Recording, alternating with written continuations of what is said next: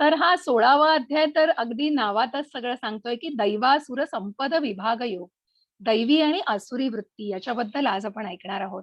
त्याच्या आधी थोडंसं मागे जाऊन उजळणी म्हणजे काल आपण जो पुरुषोत्तम योग शिकलेलो आहोत आणि ज्याच्यामध्ये भगवंतांनी स्वतः सांगितलं, की कशाप्रकारे भौतिक जग हे वटवृक्षाची उपमा देऊन त्याचं प्रतिबिंब कसं आहे आणि आध्यात्मिक जगाचं प्रतिबिंब हे भौतिक जग आहे आणि कसं त्या झाडाच्या फांद्या आणि कशा प्रकारे खालच्या आणि वरच्या ग्रहांवरती जाऊ शकतं आणि म्हणूनच या सगळ्यांपासून हे सगळे जरी सगळी सुख ही मिळणार असली वरच्या ग्रहांवरती जाऊन, तरी पण यांचं कुठेतरी हे सगळे क्षणभंगूर आणि खूप टेम्पररी आहे, खूप तात्पुरतं आहे आणि म्हणूनच या सगळ्याचा जर त्याग करून आणि जर कृष्ण भावना जोपासायची असेल आणि जर या भौतिक जगातून मुक्ती, या भौतिक बंधनातून मुक्ती, तर ह्या झाडाला कसं कापलं पाहिजे, मुळापासून कापलं पाहिजे आणि कशासाठी तर त्याचं ती जरुरी आहे कारण कृष्ण भावना जोपासण्यासाठी.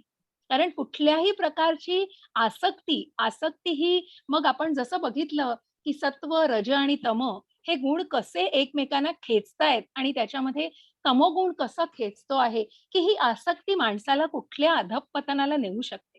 आणि आज आपण तेच या आसुरी वृत्तीमध्ये बघणार आहोत आणि म्हणून ह्या 2 वाक्यामध्ये 2 शब्दांमध्ये सगळं दडलेलं आहे, की कशाप्रकारे भगवंतांनी या दैवी वृत्तीचं तर आपल्याला बरचसं वर्णन, की सात्विकता आणि शुद्ध भक्ती, भक्ती कशाप्रकारे करावी, या योगांमार्फत आपण सगळी ही माहिती मिळवतोय, हे ज्ञान मिळवतो आहे. पण कुठेतरी पुढे जाऊन या आसुरी वृत्तीबद्दल आज भगवंतांनी सांगितलं, की आसुरी वृत्ती कुठे नेऊन सोडते आणि कशाप्रकारे हे तमोगुण आणि ही वृत्ती काय दर्शवते आहे.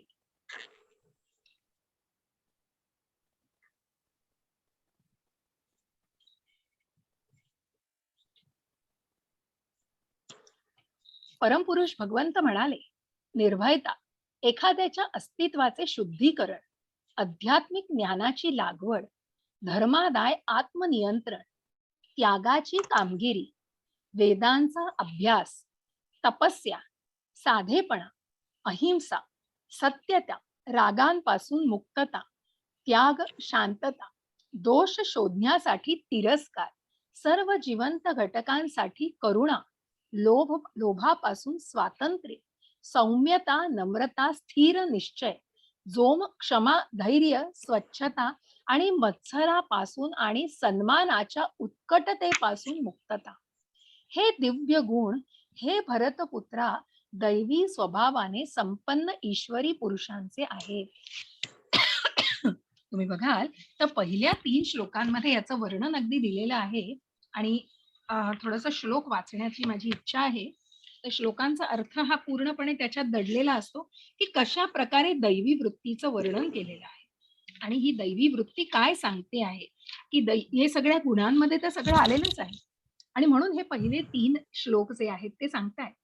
श्री भगवान वाच अभयं सत्व संशुद्धिर् ज्ञान योग व्यवस्थितिः दानं दमश्च यज्ञश्च स्वाध्याय स्तप आर्जवम् अहिंसा सत्यमक्रोधस् त्यागः शान्तिरपैशुनम् दया भूतेश दयाभूतेष्वलोलुप्त्वं मार्दवं हीरचापलम् तेजः क्षमा धृतिः शौचमद्रोहो नातिमानिता भवन्ति सम्पदं दैवीं विजातस्य भारत अभिजातस्य भारत.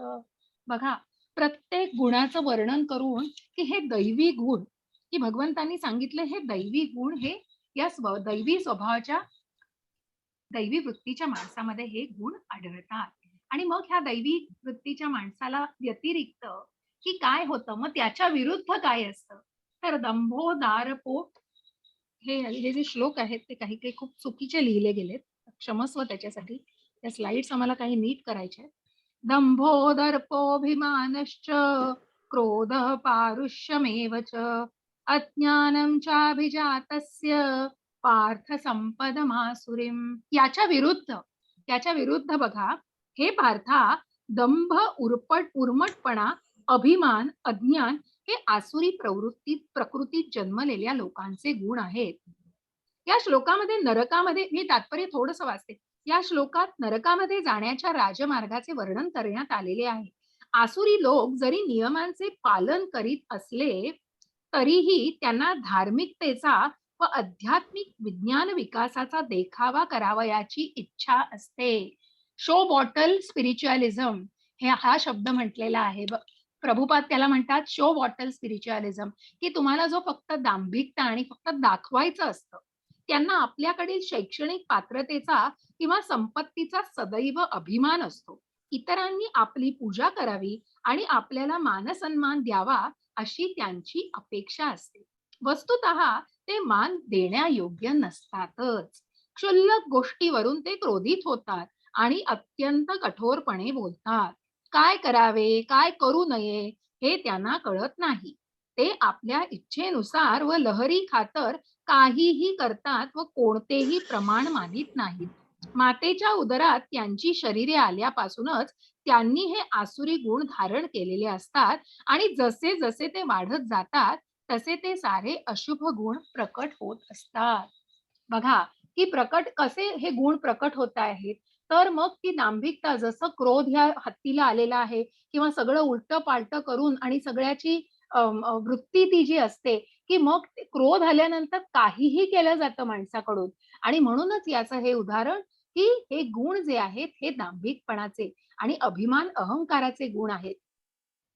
आणि याच्याच विरुद्ध दैवी संपद विमोक्षाय निबंधासा निबंधाया सुरीमता मा शुचः संपदम दैवीम अभिजातोसी पांडव. परंतु तुमच्यात काय आलंय, पांडवांमध्ये काय गुण आले आहे, तर दिव्य गुण मुक्तीसाठी पोषक असतात, तर आसुरी गुण बंधनास कारणीभूत असतात. आणि ज्यांना देखावा करायचा आहे, की मी म्हणजे कोण आणि मला जसं मी त्या चांभाराची आणि ब्राह्मणाची गोष्ट सांगितली, की शुद्ध भक्तीमध्ये आणि त्याचे अगदी शास्त्राचा सगळा अभ्यास असू दे, पण भगवंताला जाणणं काही शक्य नाहीये. कारण आपण म्हणजेच सगळं, मी म्हणेन ती पूर्व दिशा आणि आपण जे म्हणू तेच योग्य आहे. कारण माझा हा अभ्यास झालेला आहे, मला सगळं येतंय. मला कोणी काहीही सांगण्याची गरज नाहीये. आणि हा जो कुठेतरी अहंकार, हा जो कुठेतरी खोटा अहंकार दडलेला आहे, तो हा सगळ्या अशुभ गुणांच्या मार्गाकडे नेत आहे.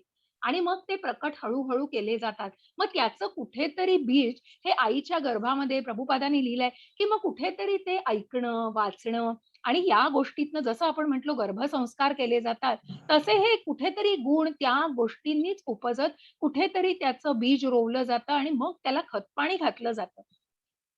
की मग कितीतरी आपण गोष्टी अशा ऐकलेल्या आहेत. म्हणजे मला आठवतं एक आत्ता अगदी सहज साधी गोष्ट तुम्हाला सांगण्यासारखी, की कशाप्रकारे गोष्टी म्हणजे एका मुलाची आई त्याला लहानपणी कुठल्याच गोष्टींपासून थांबवत नाही, की चोरी करून आणतोय, वर्गातून हे आणलंय, ते आणलंय. काही नाही, आपला मुलगा असं करतोय त्याचं कौतुक आहे. परंतु हे सगळं इतक्या थराला जातं, की पुढे जाऊन तो मुलगा कुणाचा तरी खून करतो आणि तुरुंगात जातो. तुरुंगात गेल्यावर सुद्धा आईचं मन शेवटी नुकसान केलं. कसं त्याचं नुकसान केलं? कारण ती कुठेतरी कुठल्याच गोष्टीला आळा घातलेला नाहीये. आणि त्याच्यामुळे त्या माणसाने, त्या मनुष्याने जेव्हा त्याला विचारलं, की याची इच्छा काय आईला भेटण्याची, तर तो आईला कडकडून चावलेला आहे. आणि त्यांनी सांगितलं, की "तू हे का नाही थांबवलंस मला वेळच्या वेळी?" आणि ही एक साधी गोष्ट आहे, हे साधं उदाहरण मला आठवलं. पण किती महत्वाचं आहे, की चुकीच्या गोष्टींना खतपाणी घालून आणि मग ती वृत्ती किती जोपासली जाते आणि त्या नको त्या वृत्तीला, नको ते लाड आपण जे म्हणतो, किती अंगाशी येतात. अशा प्रकारे ही वृत्ती अतिशय वाईट आणि ती कशाप्रकारे प्रवृत्त होण्यासाठी अ, वाढ होत असते त्याची. आणि मग त्याच विरुद्ध हे जे दिव्य गुण मुक्तीसाठी पोषक असतात, तर आसुरी गुण बंधनास मुक्त कारणीभूत असतात. हे पांडुपुत्रा तू काळजी करू नकोस. अर्जुनाला सांगतायत भगवंत, की तू काळजी करू नकोस, कारण तू दैवी गुण घेऊन जन्माला आलेला आहेस. आता ही आसुरी वृत्ती दिसतीये ही तुम्हाला आणि मग दैवी गुण जे भगवंतांच्या, की तू दैवी गुण घेऊन जन्माला आलेला आहेस. भगवंत अर्जुनाला सांगतायत, "हे पृथापुत्रा, या जगात 2 प्रकारचे जीव आहेत. एकाला दैवी तर दुसऱ्याला राक्षसी म्हणतात. मी तुम्हाला दैवी गुण आधीच स्पष्ट केलेले आहेत. आता माझ्याकडून आसुरी गुण ऐक." आता दैवी गुण हे कसे स्पष्ट केलेले आहेत सांगा? की भगवंतांनी सांगितलंय जे 4 प्रकारचे लोकं आहेत, ज्यांची उदाहरणं देऊन आपण सुद्धा, की जे भगवंतांच्या भक्तीमध्ये आणि जे दैवी मार्गावरती आर्त अर्थार्थी, मग ते जरी सुरुवात त्याची त्या गुणांपासून असली तरी कुठेतरी भक्तीमध्ये विलीन होते. ध्रुव महाराजांना राज्य हवंय, ज्या राज्य असण्यासाठी, कारण कुठेतरी ती सुरुवात झाली भक्ती मार्गावर, परंतु नंतर काही नको होतं. भगवंतांनी दर्शन केल्यानंतर फक्त मला दुसरं काहीही नकोय आता. आता मला फक्त तुमच्या सेवेमध्ये राहायचंय आणि तुमचं दर्शन झालं, माझ्या जन्माचं सार्थक झालेलं आहे. आणि मग कुठेतरी ही भावना, कुठेतरी पुढे ज्ञानी माणसं, जिज्ञासू माणसं ही भक्तीच्या मार्गावरती, आणि म्हणूनच असे लोक की दैवी गुणांनी हे संपन्न असतात. परंतु मग आसुरी, भगवंत सांगतायत की आसुरी गुण कुठे घेऊन जातात, आणि या आसुरी गुणांचं विश्लेषण आपण केलेलं नाही. कुठेतरी त्याचं विवेचन आपण ऐकणार आहोत. बघा आसुरी गुणामध्ये काय आहे. प्रवृत्तीं च निवृत्तीं च जनान विदुरासुराः न शौचं नापि चाचारो न सत्यं तेषु विद्यते. आसुरी प्रवृत्तीचे लोक काय करावं आणि काय करू नये हे जाणत नाहीत. शुचिरभूतपणा, सदाचार तसेच सत्यही त्यांच्यामध्ये आढळत नाही. बघा, कुठलाही सुचिरभूतपणा नसतो किंवा कुठल्याही प्रकारचं त्यांना स्वतःच्याच म्हणजे स्वतःच्याच विश्वामध्ये असतात.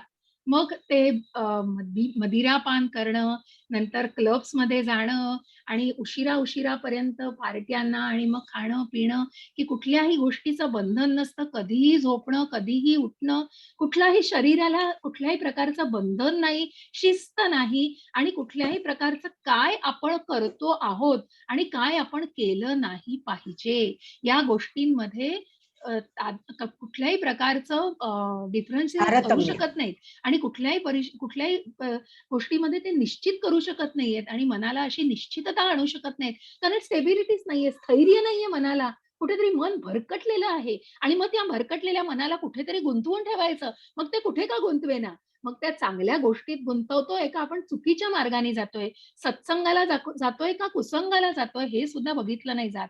आणि मग अशा प्रकारे ती दांभिकतेची वृत्ती वाढत जाते. मग त्याच्यामध्ये योग्य वागणूक नाही, स्वच्छता नाही, कुठल्याही मग कशाही प्रकारे लोळलंय, काहीही कुठे झोपलंय.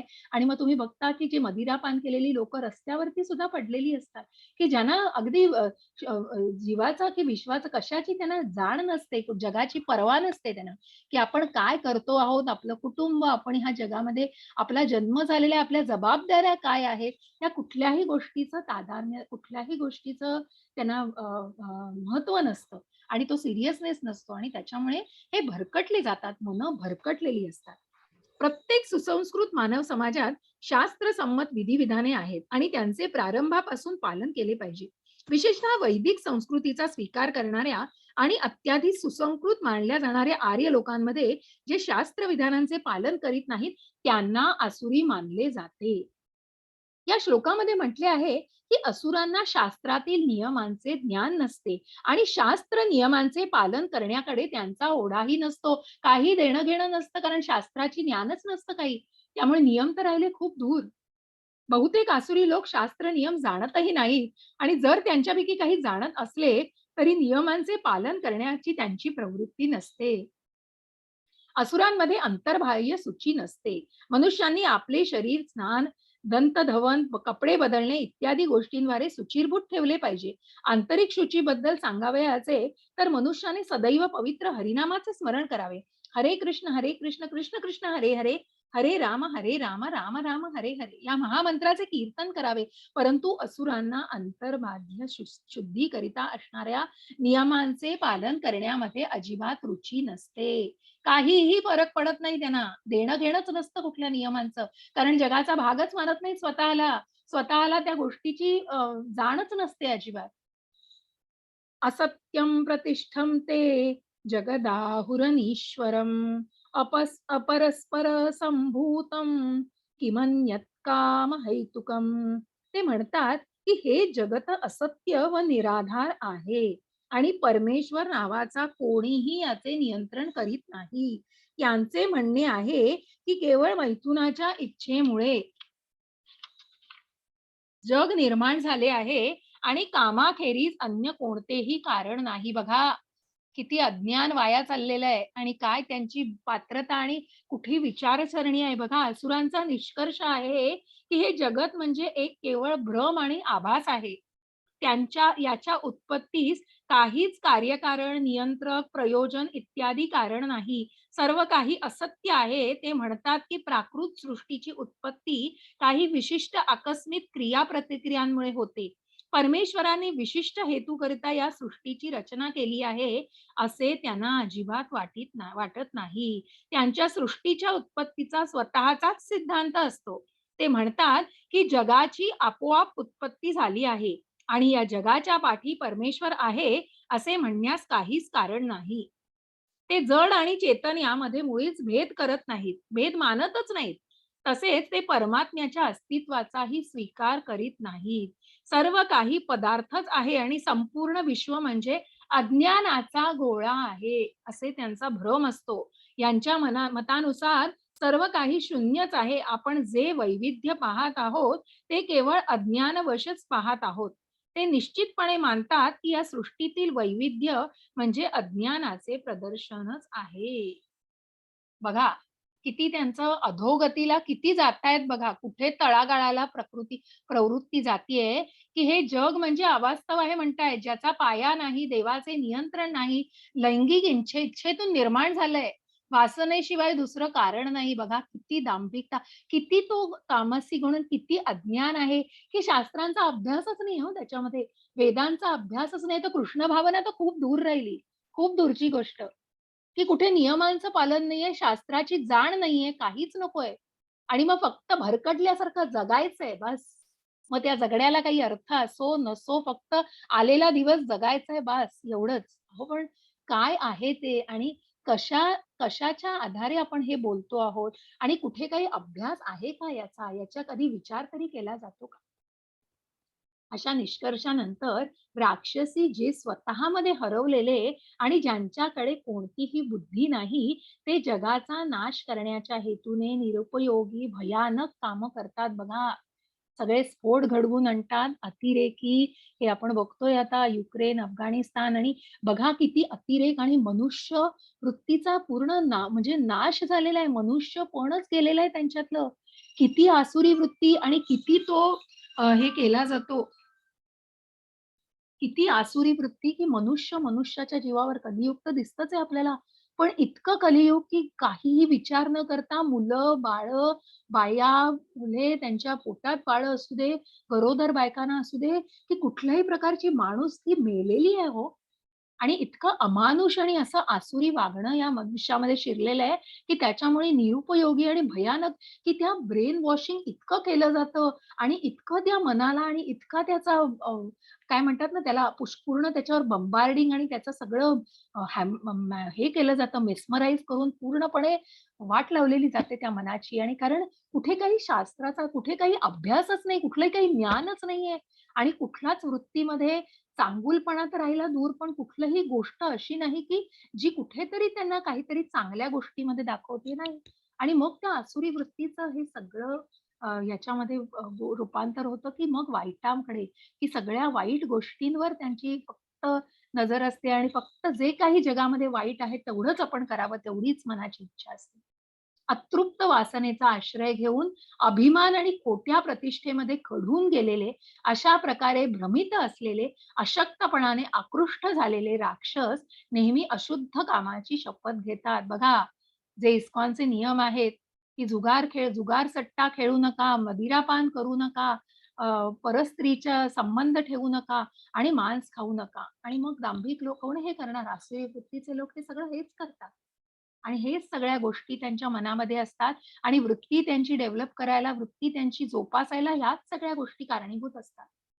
ते मानतात, की इंद्रियांना संतुष्ट करणे ही मानवी सभ्यतेची मुख्य गरज आहे.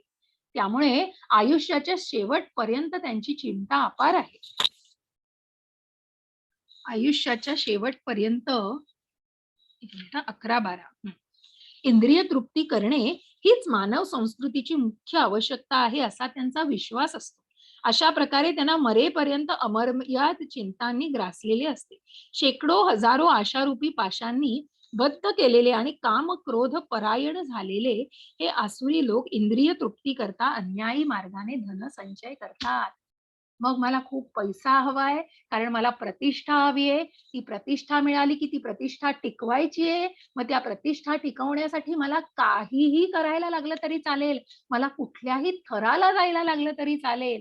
आणि मग मला कुणाचा मर्डर करायचा झाला, कुणाला मारायचं झालं किंवा मला कुठल्याही गोष्टीला काही अवलंबण्यासाठी कुणाला मार्गातनं दूर करायचं झालं, तरी त्याचा कुठलाही विचार केला जात नाही.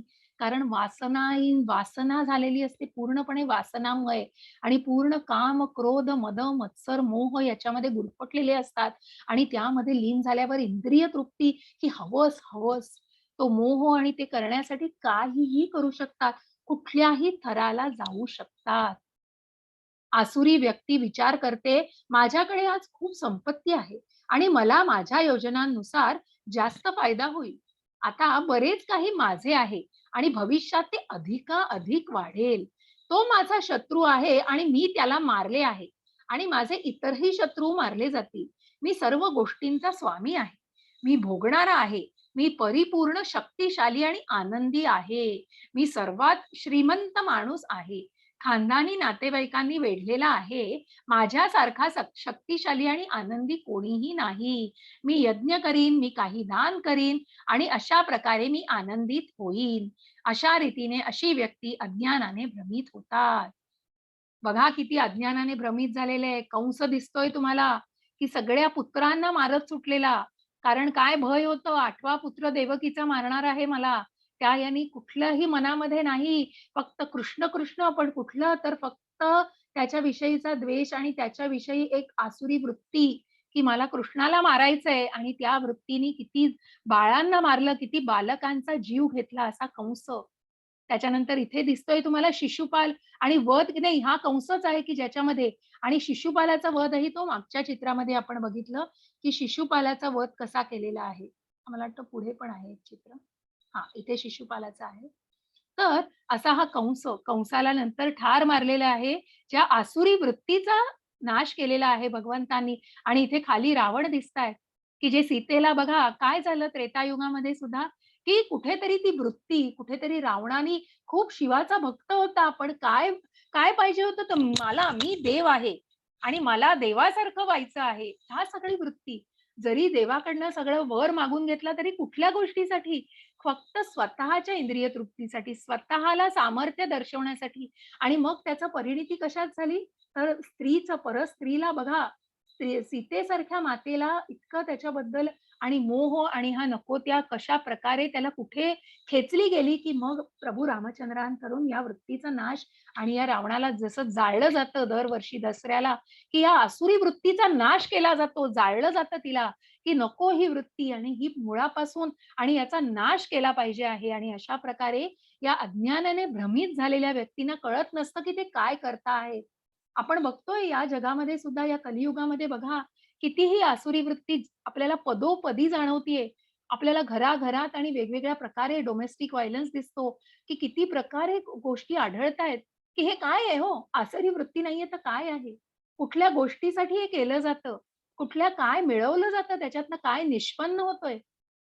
कुठल्या गोष्टीसाठी या गोष्टी केल्या जातात याचा विचारही केला जात नाही, की चांगलं वाईट या गोष्टींचा डिफरन्स या गोष्टींची काही कल्पनाच नसते आणि त्याचं काही महत्त्वच नसतं. तर मग कुठे कशाप्रकारे तो निर्णय घेतला जाईल? आणि म्हणून या गोष्टीची फक्त प्रवृत्ती वाढत जाते. अशा प्रकारे विविध चिंतांनी गोंधळलेले आणि भ्रमाच्या जाळ्याने बांधलेले ते इंद्रिय भोगाशी खूप घट्टपणे जोडले जातात आणि नरकात पडतात. आणि मग फक्त नरक यातनाच भोगू शकतात.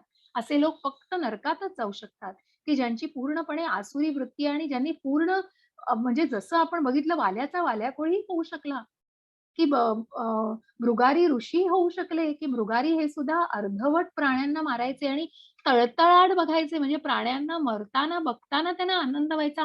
असे ते व्यक्ती होती. परंतु जे अकर्म असणाऱ्या नारद मुनींनी जेव्हा त्यांना योग्य मार्गाला दाखवलं आणि जेव्हा त्यांना प्रचिती दिली आणि त्यांना जेव्हा अ, अ, अ, काय म्हणतात ना त्यांना ते उपरती झाली, या गोष्टीची उपरती झाली, की माझ्या पापामध्ये माझे आई-वडील, माझा माझा मुलगा, माझी बायको कोणीच वाटेकरी नाहीयेत. तेव्हा वाल्मिकींना तेव्हा त्या वाल्या-कोळ्याला उपरती झाली, की नाही मी आता नाही जाणार या मार्गाने.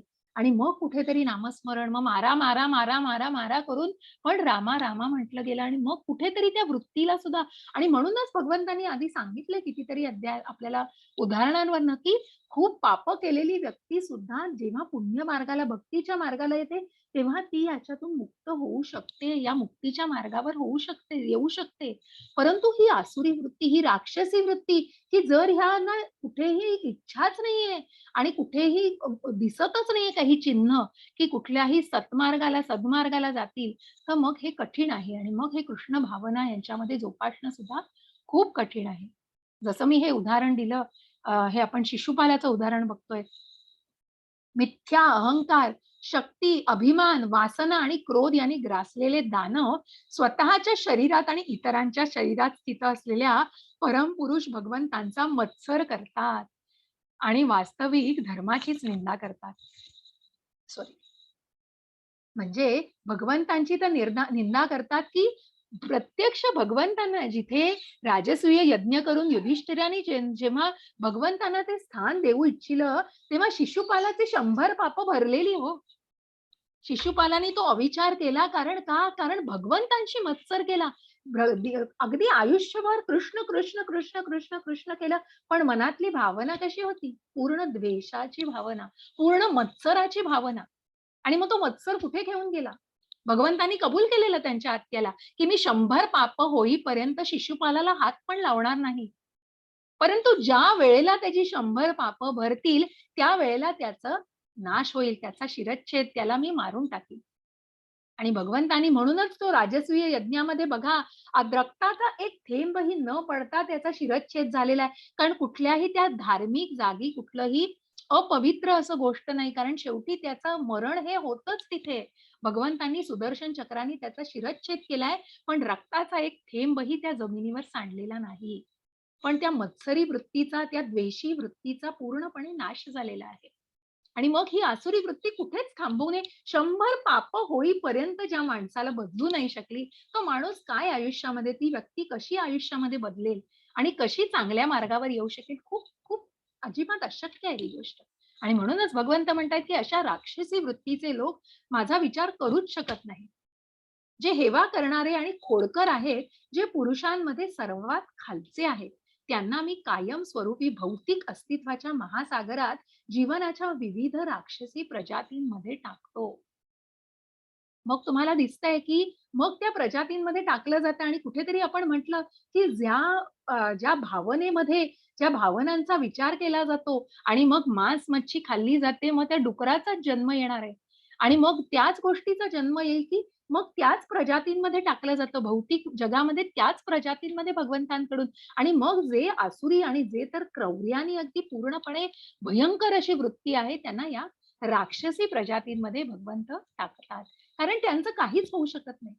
ते कुठल्याच सन्मार्गाला येऊ शकत नाहीत आणि म्हणून भगवंत म्हणतायत, की ते माझ्या जवळ येऊ शकत नाहीत. हे कुंतीपुत्रा, राक्षसी जीवांमध्ये वारंवार जन्म घेणारे असे लोक कधीही माझ्या जवळ येऊ शकत नाहीत.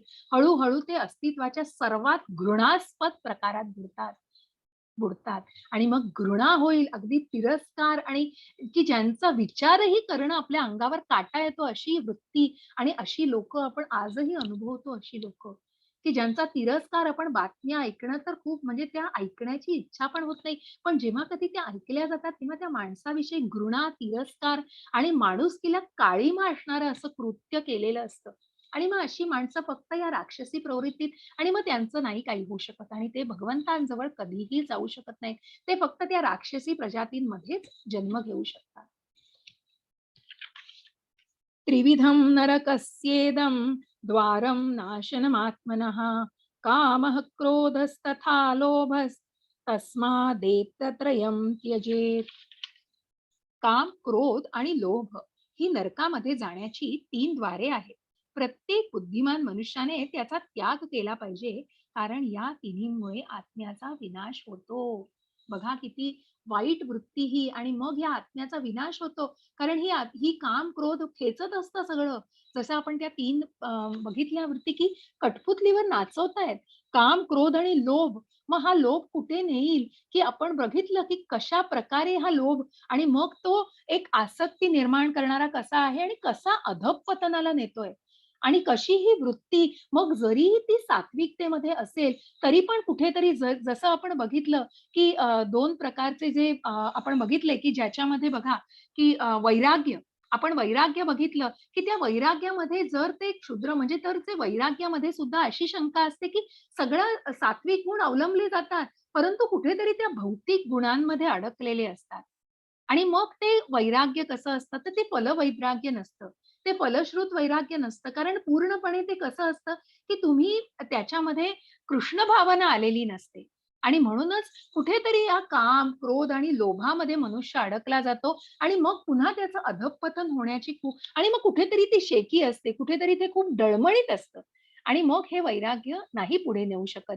आणि मग म्हणूनच हा काम, क्रोध आणि लोभापासून दूर राहणं हे खूप गरजेचं आहे. शुद्ध भक्तांनी म्हणजे नरकामध्ये जाण्याची ही 3 द्वारं आहेत आणि म्हणूनच की सतसत विवेक बुद्धी जागृत ठेवून प्रत्येक मनुष्याने या काम, क्रोध आणि लोभापासून मग आपल्याला ते कुठलं काम करण्याने आपल्याला कुठल्या गोष्टीचा लाभ मिळतोय किंवा मग तो लोभ किती पाहिजे आणि किती मिळवून आपल्याला समाधान मिळतंय. मग त्या समाधानाची व्याख्या काय आहे तुमच्या मते? आणि मग तो लोभ किती करावा? किती ओरबाळायचं, किती ओरपायचं, किती ओरपायचं? ठीक आहे, प्रत्येकाच्या कुटुंबासाठी करताय, माझ्या बायकोला हे द्यायचंय, मुलांना हे द्यायचंय. परंतु भावना काय आहे? किती ती इंद्रिय तृप्तीसाठी भावना आहे? नको ही भावना. आणि ती भावना कुठेतरी मग अधःपतनाला नेत असते आणि मग ती कुठेतरी त्या तामसी गुणांमध्ये खेचायला वेळ लावत नाही. आणि म्हणून राजसिकता ही खूपदा शक्यता असते, की जी तामसिकतेकडे ओढली जाते. तामसिकतेकडे ओढली जाते आणि म्हणून सात्विकतेला सुद्धा अत्यंत जपणं गरजेचं आहे. आणि म्हणूनच बुद्धिमान व्यक्ती यांनी काम, क्रोध आणि लोभापासून स्वतःला दूर ठेवलं पाहिजे. हे कुंतीच्या पुत्रा, नरकाच्या या 3 दारातून सुटलेला मनुष्य आत्मसाक्षात्कारासाठी अनुकूल कृत्ये करतो आणि अशा रीतीने हळू परमस्थान प्राप्त करतो. बघा या पायऱ्या दिल्यात, की पहिल्यांदा गुरुचा एक्सेप्टन्स, की याच्यासाठी कोणी पडलं नाहीये, टपकून पडलं नाहीये. कोणाला ज्ञान असंच मिळणार नाही, की मी वाचलंय हे, मला सगळं माहितीये, मला काय सांगता तुम्ही? नाही हो. ती भावना नको. म्हणून उत्तम गुरुची आपण ही भगवद्गीता जशी आहे तशी प्रभुपादांनी आपल्याला दिली आहे. कारण ती गुरु परंपरेतून आली आहे. कुठेतरी गुरु परंपरा खंडित झाली नाहीये. प्रत्येक गुरूंनी त्याचं महात्म्य जाणलंय आणि प्रत्येक गुरूंनी त्याला अनुभवलेलं आहे. आणि हे शास्त्र जसंच्या तसं भगवंतांच्या मुखकमलातून आलेलं आहे. त्याचा अवलंब करून ह्या गुरु परंपरेनुसार आपल्याला ते मिळालंय आणि म्हणून योग्य गुरु मिळून या योग्य गुरूंनीच आपण शास्त्रांचा अभ्यास करू शकतो, की काय अभ्यास केल्याने काय आपल्याला ज्ञान मिळेल आणि कुठलं ज्ञान घेणं गरजेचं आहे. कुठलं ज्ञान कुठल्या वेदांमध्ये आहे, कुठल्या वेदांनी आपल्याला काय ज्ञान मिळू शकतं हे सगळं एकमेकांशी जोडलेलं आहे, निगडीत आहे आणि म्हणूनच मग त्याच्यातनं कुठेतरी जप, तप, मग तुमचं कंट्रोल, मग तुम्ही इंद्रियांना कंट्रोल असंच नाही करू शकत. तुम्ही जेव्हा त्यांना नामस्मरणामध्ये घालाल, जेव्हा नामस्मरणाच्या यज्ञामध्ये स्वतःला झोकून द्याल, तेव्हाच तुम्ही कुठेतरी ते कंट्रोल, कुठेतरी ते नियंत्रण आणू शकाल. असंच तुम्ही विचारलत, की आम्हाला कसं आम्ही आणू हो? कसं आम्ही चॅन्टिंग वाढवू? कसं आम्ही नियंत्रण करू? तर नाही हो. तुम्ही तुमच्या जर इंद्रियांचे लाड करत बसलात, की मला हे द्यायचंच आहे, मला हे अजून खायला हवंय, मला हे अजून माझ्या कपाटामध्ये या गोष्टी हव्यात, माझ्याकडे 4 जोड आहेत, तरी मला अजून 5 जोड हवेत हो. कारण मला इकडे जायला हे लागतं, तिकडे जायला ते लागतं. अहो, कारण आपल्या इंद्रिय तृप्तीच्या गरजा पूर्णच होत नाहीत हो. इंद्रियांच्या गरजा आपण भागवतोच आहे. मग त्याला किती आवश्यकता आहे, याचा विचार केला जातोय का कधी? मग तो लोभ नाही सुटत आहे. आणि म्हणूनच त्याला योग्य मार्गावरती मग ते खूप सहज शक्य नाहीये हो. खूप कठीण आहे ते, खूप कठीण आहे. आणि या भौतिक जगामध्ये तर खूप कठीण आहे, खूप चॅलेंजिंग आहे. अजिबात सोपं नाहीये काही. अहो, साधं नामस्मरण 10 मिनिटं तुम्ही बसा. तुम्हाला तुमचं मन बघा कुठे-कुठे भरकटतं आणि कुठे, की आज मला उद्या मला कुठली साडी नेसायची ऑफिसला, किंवा मला आज कुठली संध्याकाळी भाजी करायची आहे किंवा आज याला मुलाला इकडे काय द्यायचं आहे आणि त्याला कुठला अभ्यास सांगायचा आहे. अहो नाही हो, मन आहे ते शेवटी. कारण मन इतकं भरकटतंय आणि इतकं पटापट पळतंय हो ते. म्हणून तर अर्जुन म्हणाले, की "मी वाऱ्याला पकडू शकेन, पण मी मनाला नाही भगवंता पकडू शकत आहे." त्या मनाला कसं पकडायचं? मग अर्जुनाने म्हणूनच हा प्रश्न आणि म्हणून कसं त्याला? तर ह्या मनाला कुठेतरी आवर घालायला हवाय. या मनाला कुठेतरी कंट्रोल करायला हवाय. इंद्रिय तृप्तींपासून त्याचं नियंत्रण करायला हवंय. त्याच्यासाठी बुद्धी तल्लख पाहिजे. त्याच्यासाठी सत्सत विवेक ही विवेक बुद्धी जागृत करा. तरच हे शक्य आहे हो. आणि त्याला एकच यज्ञ आहे. हरेर नमः, हरेर नमः, हरेर नमः. मग तुम्ही दुसरं काहीही नाही, इतर कोणताही मार्ग नाही, इतर कोणताही मार्ग नाही. तुम्ही नामस्मरणामध्ये तुम्ही स्वतःला गुंतवून तुम्ही स्वतःला एक 15 मिनिटं, 20 मिनिटं मग तुम्ही तुमच्या पात्रतेप्रमाणे वाढवा. तुमच्या सामर्थ्यतेप्रमाणे वाढवा. परंतु यज्ञ तोच आहे, नामस्मरणाचा. आणि बघा मी तुम्हाला प्रत्येक वेळी सांगते, आज आपण 16व्या अध्यायापर्यंत आलो आहोत. पण प्रत्येक वेळी मला हेच सांगू इच्छेन, की की तुम्ही तुमची प्रचिती स्वतः आणा, स्वतः अनुभवा. आणि मला नक्की 18व्या दिवशी मी प्रत्येकाकडून खरोखर मला ऐकायचंय. आपण 15-20 मिनिटं जास्त करू, पण मला खरोखर आहे, की किती जणांनी तुम्ही जप सुरू केलं आणि त्याचं काय प्रचिती आलीये आणि खरोखर मला ऐकायला खूप मनापासून आवडेल. यशास्त्रं विधिमुत्सृज्य वर्तते कामकारतः न स सिद्धिमवाप्नोति न सुखं न पराम गतिम. जो शास्त्र विधींचा त्याग करतो आणि आपल्या लहरीप्रमाणे कर्म करतो त्याला सिद्धी, सुख आणि परमगतीही प्राप्त होत नाही. आपल्या गतीने चाललंय सगळं. मला जे हवंय ते मी करीन बघा, की मग मला गॅम्बलिंग करायचंय, मला हे करायचंय, मला ते खेळायचंय, मला संबंध ठेवायचेत, अनैतिक असो, नैतिक मला काही त्याच्याशी फरक पडत नाही. मला आनंद घ्यायचा आहे, मला तृप्ती घ्यायची आहे, मला माझं सुख भोगायचंय. मला दुसरं काही दिसत नाही. बस आला दिवस आहे, मला मजा करायची आहे आज. मग करा. मजा करायची खूप क्षणभंगुर आहे आणि मग ती कुठे नेतीये? त्याचं पुढे रूपांतर कुठे आहे, परिणिती कुठे आहे त्याची? आणि म्हणूनच त्याचा विचार करण्याचं तेवढं सामर्थ्यच नसतं. कारण काय करतोय हेच कळत नसतं. आणि म्हणूनच खूप कठीण आहे मग. अशा लोकांचं मग त्या राक्षसी वृत्तीतनं आवर घालून भगवंतांकडे येणं खूप कठीण आहे. मग भक्तीच्या मार्गावर आणि ती कृष्ण भावना जोपासणं विचारच करू शकत नाही.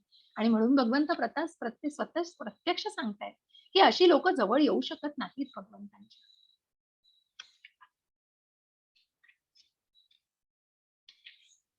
तस्मात् शास्त्रं प्रमाणं ते कार्याकार्यव्यवस्थितौ ज्ञात्वा शास्त्रविधानोक्तं कर्म कर्तुमिहार्हसि.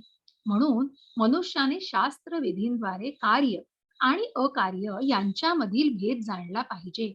अशी विधी विधाने जाणून मनुष्याने कर्म करावे जेणेकरून त्याची क्रमशः उन्नती होईल. हे कोण दिसत आहे? सांदीपनी ऋषी दिसतायत तुम्हाला चित्रात, बरोबर?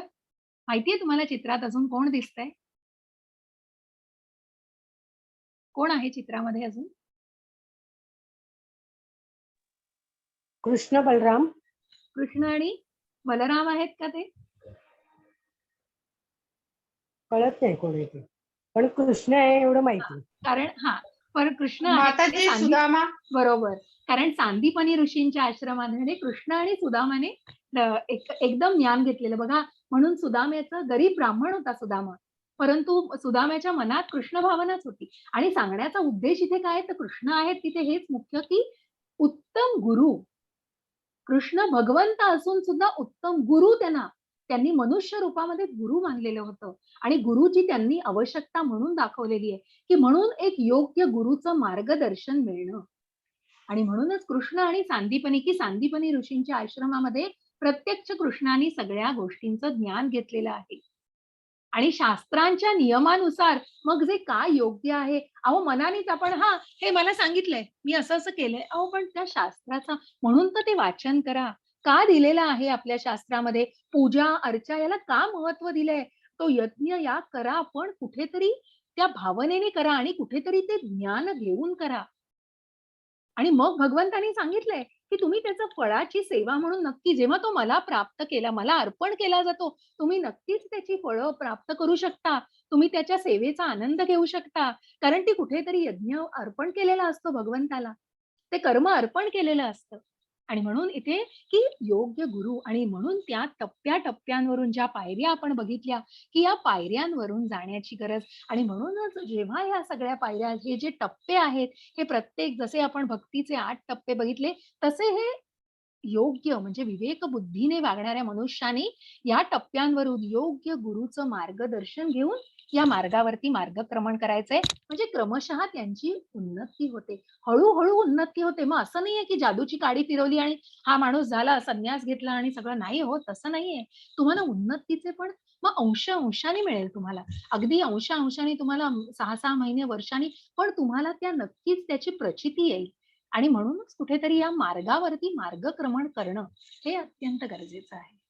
अशा प्रकारे या आपण सगळ्या गोष्टींना आपण बघितलेलं आहे आणि 16वा अध्याय हा पूर्ण याच दैवासूर याच्यावरती आणि मुख्य आसुरी वृत्ती, की दैवी वृत्ती ही प्रत्येक गोष्टीतनं, प्रत्येक अध्यायातनं भगवंतांनी सांगितले शुद्ध भक्त कसा असावा आणि भक्ती कशी असावी. भक्तीच्या नवविध भक्तीच्या सगळ्या सांगितलेल्या आहेत आपल्याला गोष्टी. भक्तीचे 8 टप्पे सांगितलेले आहेत. आणि म्हणूनच भगवंत म्हणून आसुरी वृत्ती कुठल्या थराला काय नेऊ शकते याचं पूर्ण वर्णन या दैवासुरीमध्ये पूर्ण आसुरी वृत्तीचं जास्तीत जास्त भगवंतांनी वर्णन करून की बघा किती अधःपतनाला ते नेऊ शकतं आणि मग त्याचं काहीही होऊ शकत नाही. कितीही इच्छा मनात असली तरी ती राक्षसी वृत्ती जर असेल तर ती कुठल्याही परिस्थितीमध्ये सन्मार्गाला येऊ शकत नाही. अशा प्रकारे आपण हा 16वा अध्याय पूर्ण केलेला आहे. कुणाला काहीही शंका असतील तर जरूर विचारा. आणि त्यासाठी मी शेअरिंग थांबवते. तुम्हाला काही प्रश्न असतील तर प्लीज मला विचारा. हरे कृष्ण. हरे कृष्ण माताजी. हरे कृष्ण. शुभांगी माताजी बोला. माताजी, आज जो मेसेज तुम्ही टाकलेला आहे ना, तो दुसऱ्या तिसऱ्या लेवलचा, मग ते हो. दुसरा लेवल मराठीत आहे का हिंदीत आहे? नाही, मी आता त्याच विषयी मी आधी तुमचे प्रश्न बघणार होती आणि मला या 2 गोष्टींबद्दलच तुम्हाला आज माहिती द्यायची आहे. एक गोष्ट म्हणजे दुसरी आणि दुसरी लेवल आणि दुसरी गोष्ट म्हणजे सेवा. तर मला सांगायचं की ही दुसरी लेवल आता कसं आहे, जसं मी सांगितलं की दुसरी लेवल ही 2 प्रकारे प्रभूजींनी यावेळेला डिझाइन केलंय आणि 2 प्रकारे अशा ह्याच्यामध्ये आहे की एक आहे तो भक्ती सदाचार म्हणून कोर्स आहे आणि एक आहे हा भक्ती सेवक म्हणजे या मार्गावरती तुम्हाला भक्तीचा म्हणजे तुम्हाला लेवल 2, 3, 4 हा प्री भक्तिशास्त्री कोर्स आहे आणि भक्ती सदाचार हा कोर्स आहे. त्याच्यामध्ये तुम्हाला कुठल्याही क्विझेस नाहीये, कुठल्याही प्रकारच्या असाइनमेंट्स नाही किंवा कुठल्याही प्रकारच्या तुम्हाला प्रश्नोत्तरांना वगैरे सामोरं नाही जावं लागणार. आता तुम्ही म्हणाल भाषा, तर हो, आत्ता मी खूप म्हणजे मला खेद होतोय पण काही इलाज नाहीये. पण आपण मराठी भाषा अजून दुसरी लेवल थोडं सुरू करायला वेळ आहे आपल्याला. कारण आपल्याला ना आपल्याकडे आहेत म्हणजे माताजी आहेत, आपल्याकडे सीनियर काही लोक आहेत, पण आपल्याकडे लोक खूप कमी पडतात. अजून आपल्याला काही गोष्टींना खूप चांगल्या प्रकारे डिझाईन करायचंय आणि काही गोष्टींना नीट तयार करायचंय. म्हणून आपल्याला दुसरी लेवल जी आहे ती आता तुम्हाला इंग्लिश किंवा हिंदी या माध्यमातून घ्यावी लागेल आणि म्हणून तुम्हाला 2 प्रकारे ती उपलब्ध आहे. तुम्ही जेव्हा त्या साईट लिंकवर जाल, लिंकवर क्लिक करा, तेव्हा तुम्हाला दोन्ही प्रकारचं दिसेल. ज्यांना असाइनमेंट्स आणि क्विझेस मधून जायचं आहे आणि ज्यांना पुढे जाऊन टीचर्स बनायचंय किंवा काहीही इस्कॉनच्या संदर्भात पुढचे आश्रय आणि कुठल्या गोष्टींवर जायचं आहे त्या मार्गावरती जाण्यासाठी त्यांनी नक्की तोच मार्ग घ्यावा, प्री भक्तिशास्त्री कोर्स. आणि ही गोष्ट आहे, ही सदाचार हा आत्ताच प्रभूजींनी केलेला आहे डिझाईन हा याच वेळेला. चालू कधीपासून होणार आहे? हा ना, चालू व्हायची डेट मी सांगेन तुम्हाला. ठीक तुम्हाला आहे. ग्रुपवरतीच सगळी माहिती मिळेल. जेव्हा तुम्ही त्या लिंकवर जाल ना माताजी, तेव्हा तुम्ही लिंक क्लिक करून तुम्ही रजिस्टर करा. तुम्ही एका व्हॉट्सअप ग्रुपमध्ये जाल माताजी आणि मग त्या व्हॉट्सअप ग्रुपवर तुम्हाला सगळी माहिती मिळेल कधी सुरू होईल ते. मला असं वाटतं पुढच्या आठवड्याच्या अखेरीस वगैरे सुरू व्हावा हा कोर्स.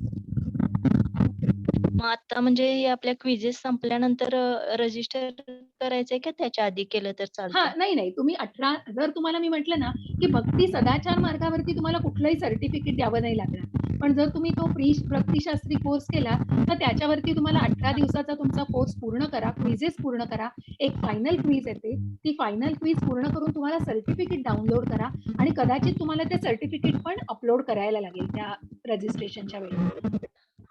तर म्हणजे तुम्हाला ठीक त्या आहे माताजी, कोर्ससाठी कारण जर आता तुम्हाला जर त्या लेवल 2 ला जायचं असेल तर तुम्ही 18 दिवस पूर्ण करून मग ते रजिस्टर करा आणि काही त्याचं असणार आहे, म्हणजे त्याची मुदत असणार आहे, त्यामुळे तुम्हाला वेळ मिळेल आरामात. कारण आता 2 दिवसाच्या क्विज राहिल्यात, त्या कंप्लीट करून मगच सर्टिफिकेट डाउनलोड अगदी करून बरोबर. मग रजिस्टर. अगदी बरोबर. धन्यवाद माताजी. हरे कृष्ण माताजी. आणि दुसऱ्या मुद्द्यावर मी सांगणार आहे तो म्हणजे सेवेबद्दल. जसं मी म्हटलं की मी तुम्हाला तो मेसेज टाकलेला आहे ग्रुपमध्ये आणि कृष्णप्रिया माताजी म्हणून आहेत, त्यांचा नंबर आणि नाव सगळं शेअर केलं आहे. तर ज्यांची इच्छा आहे सेवा देण्याची, जसं मी म्हटलं की आपल्याला कुठल्याही प्रकारच्या, मग त्याच्यामध्ये 16 मला वाटतं बरेच 16 प्रकारच्या सेवा त्याच्यामध्ये तुम्ही नोंद केलेल्या बघाल. मग त्याच्यामध्ये वेगवेगळ्या सेवा आहेत. मग तुम्हाला कुणाला ऍडमिन आणि ह्याच्यामध्ये आहे, कोणी ट्रान्सलेशन करू शकतं का, कुणाला को होस्ट व्हायचं आहे का, कुणाला काही डिझाईन मध्ये कोणी टेक्निकल व्यक्ती आहे का, कुणाला श्लोका रेसिटेशन करायचं आहे का, किंवा कुणाला सुरुवातीला जेव्हा क्लास सुरू होतो त्याच्या आधी काही कामं त्या गोष्टींमध्ये इंटरेस्ट आहे का, कुणाला चॅट सपोर्ट, मग रजिस्ट्रेशनची एक टीम आहे त्याच्यामध्ये इंटरेस्ट आहे का, की जे डिवोटीजची कॉन्टॅक्ट मध्ये असतात. तर अशा प्रकारच्या वेगवेगळ्या सेवा तिथे सगळ्या नोंद केलेल्या आहेत. 15-16 प्रकारच्या सेवा आहेत आणि तुम्ही तुमच्या नाव, नंबर हा कृष्णप्रिया माताजींना द्या. त्यांना सांगा मला या सेवेबद्दल इच्छा आहे आणि तुम्ही पूर्ण डिटेल्स त्यांना द्या. आपण एक सुंदर ग्रुप तयार करू नंतर तुमचा.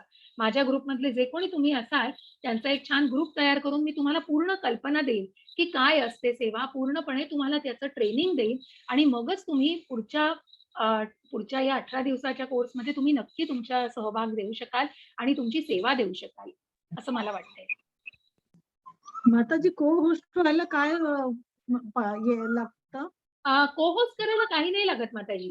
तुम्हाला फक्त 18 दिवसाचा कोर्स तुम्ही पूर्ण केलेला असला पाहिजे आणि त्या टीचर बरोबर को होस्ट करायचं, म्हणजे त्यांना काही मदत लागली की म्यूट अनम्यूट करायला किंवा काही क्वेश्चन्स आता हे विचारत आहेत. आता ऑनेस्टली आम्ही सांगतो या मराठीच्या टीचर्स आम्ही सगळं आमचं मॅनेज करतोय. मग त्याच्यामध्ये ना आता हे रेकॉर्डिंग मी केलं आहे, ते रेकॉर्डिंग अपलोड करायला लागतं. म्हणजे बऱ्याच गोष्टी आहेत त्याच्या आणि मग को होस्टला अजून किंवा मग सुरुवातीला श्लोक म्हणायला लागतात. त्याच्यानंतर काही भाषांतर, जेव्हा क्लास चालू असेल तेव्हा टीचरला भाषांतर म्हणण्यासाठी, कारण कधी-कधी खूप त्रास होतो, म्हणजे इतका वेळ तास-तास, दीड-दीड तास बोलून घसा सुकून जातो. तर त्याच्यामुळे म्हणजे ती पण एक मदत आवश्यक असते. तर सगळ्या दृष्टीने असं हे ॲडमिनिस्ट्रेटिव्ह काम थोडंसं असतं आणि थोडासा मदत असते. म्हणजे ही सेवा म्हणजे मदतीची सेवा असते. मग तुम्हाला तिथे तुम्ही भाषांतर वाचा, तुम्ही श्लोक वाचा, असं कुठल्याही प्रकारची मदत तुम्ही करू शकता. तर मी तुम्हाला सगळ्यांना सेवेची पूर्ण माहिती देईन. तुम्हाला ज्यांना इच्छा असेल त्यांनी कृष्णप्रिया माताजींना नावं द्या. मला पर्सनल मेसेज टाका, ग्रुपमध्ये मेसेज टाका तुम्ही. आपल्या ग्रुपमध्ये टाकलं तरी चालेल, की माझी इच्छा आहे आणि मला असं-असं ही सर्व्हिस करायची आहे. आपल्या सगळ्यांचा मी एक छान ग्रुप तयार करेन. कृष्णप्रिया माताजींना नाव द्या आणि त्याच्याबरोबर एक ग्रुपमध्ये मेन्शन करा, की मी सेवेसाठी नाव दिलेलं आहे. त्याप्रमाणे आपण आपला ग्रुप तयार करूया. पण मला खूप प्रामाणिकपणे वाटतं. बघा तुम्ही अनुभव घ्या. मी म्हणत नाही खूप 2-4 तास द्यायचेत तुम्हाला. तुम्हाला खूप कमिटमेंट नसणार आहे. बघा तुम्ही विचार करा. तुम्ही वेळ नक्की काढू शकता. फक्त त्या वेळेचं कॅल्क्युलेशन तुमच्या हातात आहे. मग तुम्ही दिवसाचा वेळ कुठे घालवताय हे तुम्ही शोधलत तर तुम्हाला वेळ नक्की सापडेल. मग कृष्ण म्हणत नाही तुम्ही माझ्यासाठी अर्धा दिवस द्या किंवा मला तू 4-4 तास माझ्यासाठी, नाही, कोणी नाही म्हणत. फक्त तुम्ही तुमचे 15 मिनिटं काढली, अर्धा तास काढला तरी विचार करा आणि करा. आणि ती तुमच्यावर अगदी स्वेच्छेने आहे, कुणावरही कुठलीही सक्ती नाहीये. त्यामुळे विचार करा आणि आरामात 18 दिवस, अजून 2-3 दिवस आहेत. विचार करा आरामात आणि ग्रुपवर मेसेज करा. काही हरकत नाही. अजून आहेत कुणाला काही शंका, कुणाला काही प्रश्न आहेत? ताई ते दुसऱ्या याचं सांगा ना. ताई बोला, बोला माताजी. दुसरा जे सांगितलं ना, पुढच्या जे असाइनमेंट लेव्हलचं ना? वगैरे जे हां, हे आहे बघा. ते मी त्याच्याबद्दल सांगा ना. हां, ते ते काय असतं त्याच्यात? सांगते तुम्हाला. पुढच्या लेव्हलच्या ना स्टडीचं ना? हां, हं. एक मिनिट. तो मेसेज मी टाकला पण आहे, पण तरी पण तुम्हाला मी त्याची माहिती देते. बघा, कसं आहे, की हा भक्तिशास्त्री पूर्व जो अभ्यासक्रम आहे, तो 3, 4, 5 म्हणजे आता तुम्ही पहिली लेव्हल पूर्ण केलेली आहे, बरोबर? आणि त्याच्यानंतर तुम्ही दुसऱ्या लेव्हलला जेव्हा जाल, तेव्हा दुसऱ्या लेव्हलला पण भगवद्गीताच आहे तुम्हाला. सखोलमध्ये आहे भगवद्गीता. आणि असं या कोर्सचं डिझायनिंग केलेलं आहे. पहिल्यांदा याच्या आधी वेगवेगळ्या लेव्हल्स होत्या, वेगळा अभ्यासक्रम होता. आता पहिल्या लेव्हलला तुम्हाला 18 दिवसामध्ये फक्त एक संक्षिप्त स्वरूपामध्ये भगवद्गीता शिकता येते आणि म्हणूनच पुढे जाऊन मग तुम्ही प्रत्येक आठवड्यामध्ये प्रत्येक आठवड्यात 1 अध्याय करता 2 दिवसामध्ये आणि मग जवळ-जवळ 2 ते 3 तास फक्त तुम्ही 1 अध्याय करता. असा हा लेव्हल 2 ला फक्त भगवद्गीता सखोल असते. आणि मग त्याच्यावर तुम्हाला क्विझेस असतात. एल-एम-एस डॅशबोर्ड असतो. त्याच्यावर तुम्हाला प्रत्येक अध्यायावर क्विझ कंप्लीट करायचे असतात. मग प्रत्येक अध्यायावर मे बी एक 6-6, 7-7 प्रश्न असतात. जे सखोल ते थोडेसे डिटेल्ड असतात. जे संक्षिप्त नसून ते थोडेसे जास्त तुम्हाला 3-4 वाक्यात उत्तरं आणि त्यामध्ये त्याचे शब्द, संस्कृतमधले अर्थ किंवा वेगवेगळ्या स्वरूपाचे विचारले जातात. मग ते तुम्ही पूर्ण करा आणि मग हे लेव्हल 3, 4, 5 हे जे असतात, हे पण तुम्हाला पुढचे. मग त्याच्यामध्ये काय आहे? ईशोपनिषद आहे, nectar of devotion, nectar of instruction, भागवतामधले काही स्कंद आहेत आणि अशा प्रकारे हा अभ्यासक्रम डिव्हाईड केलाय. आणि मग इव्हन भक्तिशास्त्री अगदी हे 5व्या लेव्हल पर्यंत सुद्धा तुम्हाला भगवद्गीता दर लेव्हलला आहे. पण ती दर लेव्हलला सखोल होत जाते आणि मग त्याच्यामध्ये तुम्हाला असाइनमेंट्स आहेत. तुम्हाला काही प्रेझेंटेशन करायला लागतात. मग तुम्हाला एक टॉपिक दिला जाईल. एका श्लोकामधला एक टॉपिक दिला जाईल. त्याच्यावर तुम्ही अभ्यास करा. त्याच्यावर तुम्ही प्रेझेंटेशन करा. अशा प्रकारे तुम्हाला त्या लेव्हल्समधनं जायला लागतं. आणि जो दुसरा भक्ती सदाचार कोर्स आहे, त्याच्यामध्ये तुम्हाला हे कुठलं बंधन नाही. तुम्हाला फक्त कनेक्ट राहायचंय इस्कॉनशी आणि तुम्हाला फक्त अभ्यास तोच मिळेल. तुम्हाला ईशोपनिषद मिळेल, तुम्हाला nectar of instruction, devotion, nectar of devotion हे सगळे अभ्यासक्रम मिळतील, पण तुम्हाला कुठलीही सक्ती नाहीये. तुम्हाला असाइनमेंट नाही, तुम्हाला क्विज नाहीये, कारण तुम्हाला फक्त कनेक्ट राहायचंय, तुम्हाला फक्त अभ्यास शिकायचा आहे. मग ती सुद्धा सेमच असेल, ड्युरेशन सेम असेल. पण असं हे कोर्स आहे. आणि त्याप्रमाणे मग सर्टिफिकेट तुम्हाला फक्त दुसऱ्या आधीच्या कोर्समध्ये मिळेल. दुसऱ्या कोर्समध्ये सर्टिफिकेटची पण गरज नाही सदाचारमध्ये. मग तुम्ही तुम्हाला जसं जमेल तशी जी तुमची आवड असेल त्याप्रमाणे तुम्ही पुढे जाऊ शकता. आणि हे सगळं ऑनलाईन आहे असाइनमेंट सगळं वगैरे ऑनलाईन. सगळं सगळं ऑनलाईन. ऑनलाईन. सगळं ऑनलाईन. आता जे काही कोर्स आहे हा सगळा ऑनलाईनच चालू आहे आपला. चालेल. हरे कृष्ण. अजून आहेत कोणाला काही प्रश्न? ठीक आहे. आपण वेळ घ्या. मी आता प्रार्थना म्हणतेय आणि सेवेसाठी सुद्धा नक्की विचार करा आणि माझी इच्छा आहे प्रत्येकाने खरोखर एक कृष्ण भावनेने म्हणजे कृष्णासाठी एवढी सेवा करणं खरोखर शक्य असेल तर नक्की त्यासाठी सुद्धा विचार करा. स्वेच्छेने आपली नावं द्या. कुठलीही सक्ती नाहीये. मी प्रार्थना म्हणते आणि आपण 2-3 दिवस आरामात घ्या. पुढच्या आठवड्यापर्यंत सांगितलं तरी काहीही हरकत नाही.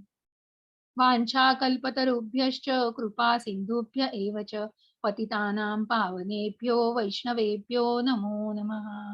श्रीकृष्णार्पणमस्तु. हरे कृष्ण कृष्ण कृष्ण हरे हरे, हरे राम राम राम हरे हरे. हरे कृष्ण सगळ्यांना. हरे कृष्ण माताजी.